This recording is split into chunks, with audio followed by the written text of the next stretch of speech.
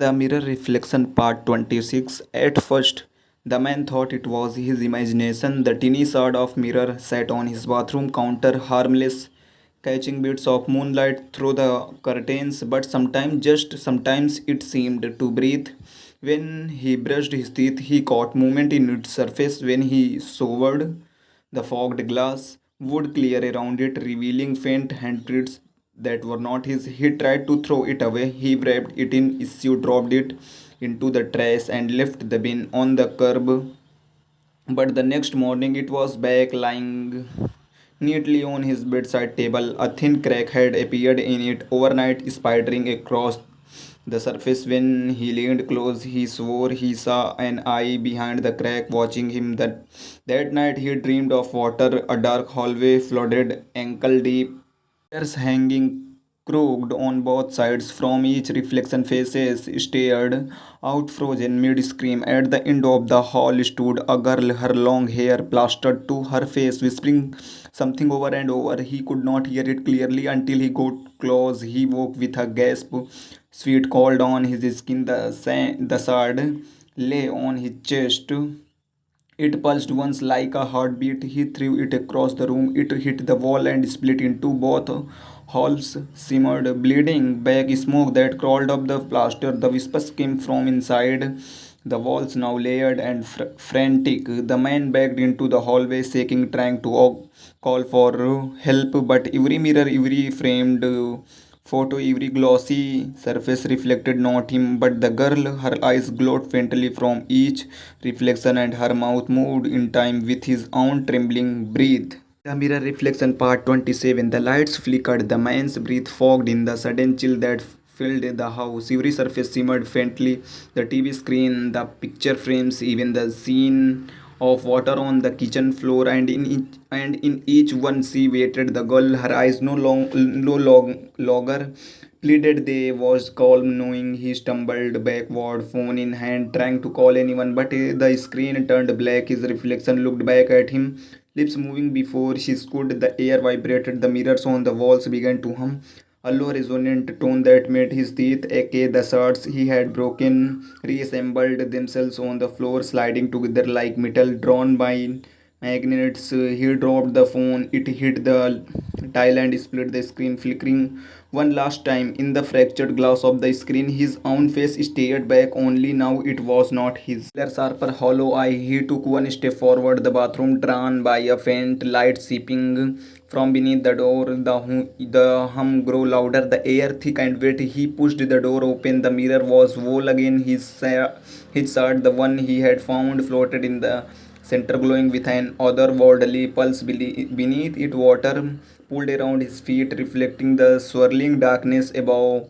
Why me? He whispered, voice cracking from the mirror. A haunted voice answered as one. Because you looked. His body convulsed as the glass rippled and reached outward. A liquid arm of silver wrapping around his wrist, then his neck.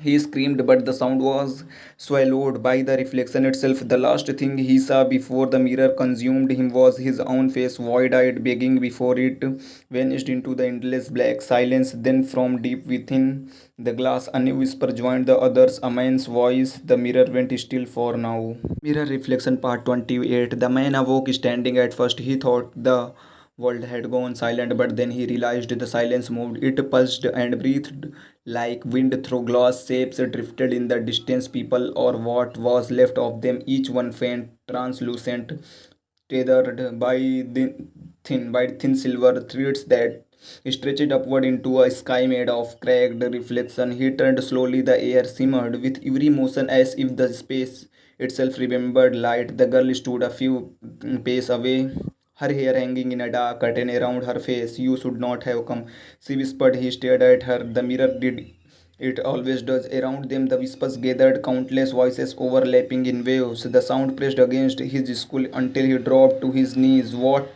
is this place? She crouched beside him, her eyes deflecting the cracks in the sky. It's every moment someone could not look away. He looked closer, really looked, and saw that the silver threads running through the air were not just light, they were memories, fragments of laughter, tears, faces flickering within them, all the lives the mirror had taken, still echoing here, waiting to be remembered. But you are awake, he said, you know who you are.